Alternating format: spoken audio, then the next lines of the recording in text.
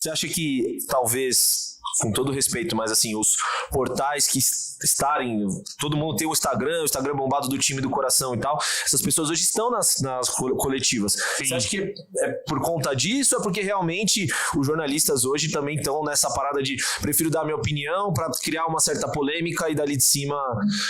Acho que tem um pouco das duas coisas. Primeiro porque a profissão de jornalista está totalmente desvalorizada, né? Qualquer um exerce a nossa profissão. Então eu tô falando de você ser um bom repórter e fazer boas perguntas. Hoje qualquer um vai lá e faz pergunta. Eu não posso amanhã abrir uma clínica aqui de fisioterapia e sair fazendo fisioterapia em qualquer um. O que é no jornalismo hoje é assim, qualquer um vai lá e faz. Sim. Ou porque o cara é carismático, você pode ser carismático, mas você precisa ter uma formação. Se você for carismático, melhor ainda. Se você for polêmico e você entender que assim é a tua linha jornalística, mas você precisa ter uma formação, deveria precisar ter uma formação para isso. E cada vez menos a gente vê. Então eu acho que um pouco por conta dessa questão das mídias serem muito segmentadas e muitos fazem bons trabalhos de segmentados de clubes. Eu dou um exemplo que eu acho que é o melhor de todas, é o meu timão do Corinthians. Os caras são muito bons. E são muito bons por quê? Porque é feito por jornalistas. Isso que eu ia falar. É bom porque é feito por jornalistas. Exato. Então, eles são torcedores? São. Mas antes de tudo são jornalistas. São jornalistas, entendeu? Então eu vi outro dia, recentemente, em entrevista, assim... Acho que foi pro Tite. Tite, então como é que a gente vai fazer pra mudar isso? Porque aí vai assim, quando vai o torcedor ali fazer pergunta, o que acontece?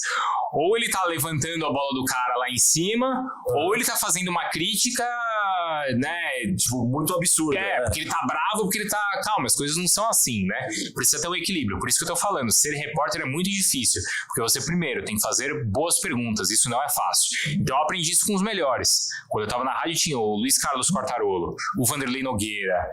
Eram excelentes repórteres, né? Os setoristas mesmo, o Fábio Seródio, que era o setorista do Corinthians, que faleceu recentemente, o Marcelo Lima, que era do São Paulo, o Fred Júnior, que era do Palmeiras, o Douglas Porto, que era do Santos. Esses foram os repórteres com quem eu trabalhei ali diretamente. Como hoje ainda tem o Edu Afonso no São Paulo, né, lá na ESPN, o Vinícius Nicoletti, a Lili, que é excelente no Corinthians, e o Pedro Henrique no Flamengo. Então, assim, são jornalistas que estão lá.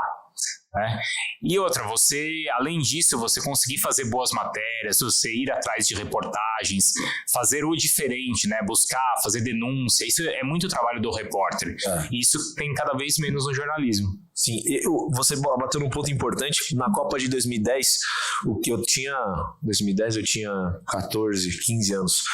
E aí, cara, o que me pegou muito foi aquela reportagem do Vogan denunciando as casas de lata que tinham na África. Aquilo me pegou de um jeito, eu falei, cara, tá todo mundo falando do 4-4-2 da seleção, então, e o jornalismo tá muitas vezes nisso. A gente fica tão focado no campo bola que a gente acaba esquecendo que o futebol é parte da sociedade, né? É um recorte muito claro da sociedade, dos seus pontos positivos e nos seus negativos também. Não à toa das brigas de torcida, não à toa desse todo o discurso de ódio que existe dentro do nosso próprio futebol. E acho que a gente, às vezes, o jornalista ele precisa ter mais esse entendimento hoje, porque são duas coisas que, pelo menos na minha opinião, se procuram. Uma, puxar saco, ou duas, ser polêmico. Porque e isso... você esquece do principal, que é assim, o que o que o torcedor quer ouvir? Mas não é eu, o torcedor, mas o que é importante para o debate? O Flamengo perdeu na Bolívia, na altitude, foi o que aconteceu.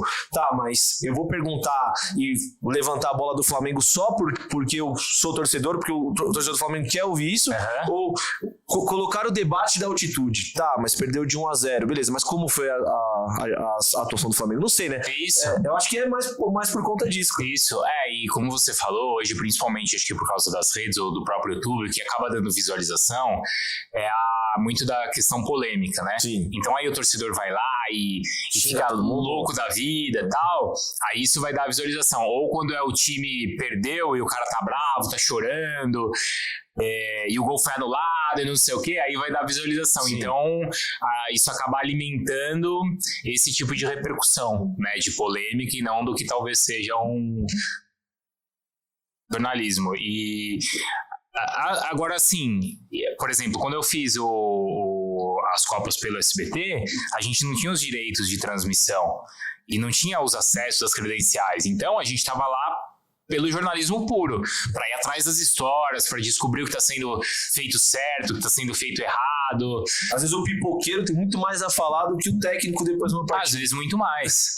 E até porque, ali no nosso caso, o técnico depois da partida, isso estava em uma entrevista coletiva ou já tinha a transmissão ali que a gente não ia ter acesso. Sim. Então é importante se ouvir, sim, claro, sim. técnico, isso é o evento, mas a gente precisava se virar com outras coisas. Então a gente ia atrás aí de outras histórias. De outras histórias desses recortes. Você lembra de alguma matéria que você acha legal falar de coisas que você fez assim? Nossa, olha, ali no SBT Brasil, eu lembro que teve uma matéria também até parecida com essa que você falou das casas ali de lata, né? Mas foi uma matéria do Fábio Diamante. Eu não lembro exatamente qual que era a situação, mas era uma matéria que mostrava como, acho que uma região, se não me engano, que seria o campo de golfe no Deodoro, eu não lembro, mas foi desapropriada. Tinham famílias que moravam lá e que estavam sendo desapropriadas por causa de golfe. Eu acho que era o campo de golfe, tá? Mas eu lembro que foi uma matéria assim, muito importante que na época repercutiu muito. Assim, ali da nossa parte, eu acabava ficando também na parte mais esportiva. Então, o que era também importante pra gente? Ter uma liberdade para criticar. Porque ali na Copa de 14, muitas vezes, quem estava na transmissão, quem era a cobertura oficial do evento, estava contagiado pelo ambiente Copa e vamos todos juntos para frente Brasil. Uhum. E a gente mostrava os problemas de logística que tinha, de preparação da seleção brasileira, de desgaste de viagem, de como a programação dos jogos ela não é que não beneficiava, ela prejudicava o Brasil. Sim. A questão ali de na Copa o Brasil ter que viajar, estava uma hora em Belo Horizonte, aí era Brasília, aí era Fortaleza, enquanto em todos os países o país anfitrião, ele normalmente escolhe a melhor logística para ele não ter esse tipo de desgaste. Sim. Isso era uma coisa que as outras emissoras não falavam e a gente, com uma cobertura independente, podia falar e mostrar. E é muito importante pro debate também, né? É fundamental, claro, esse tipo de informação. Claro, é fundamental, tanto que a Copa acabou não tendo um final feliz. Então, também trágico. Também por conta dos problemas aí de preparação que a gente mostrou ali, né? A gente estava comentando. E acho que foi essa repercussão também dessa minha cobertura ali na Copa de 14 que também me levou ali pro SBT.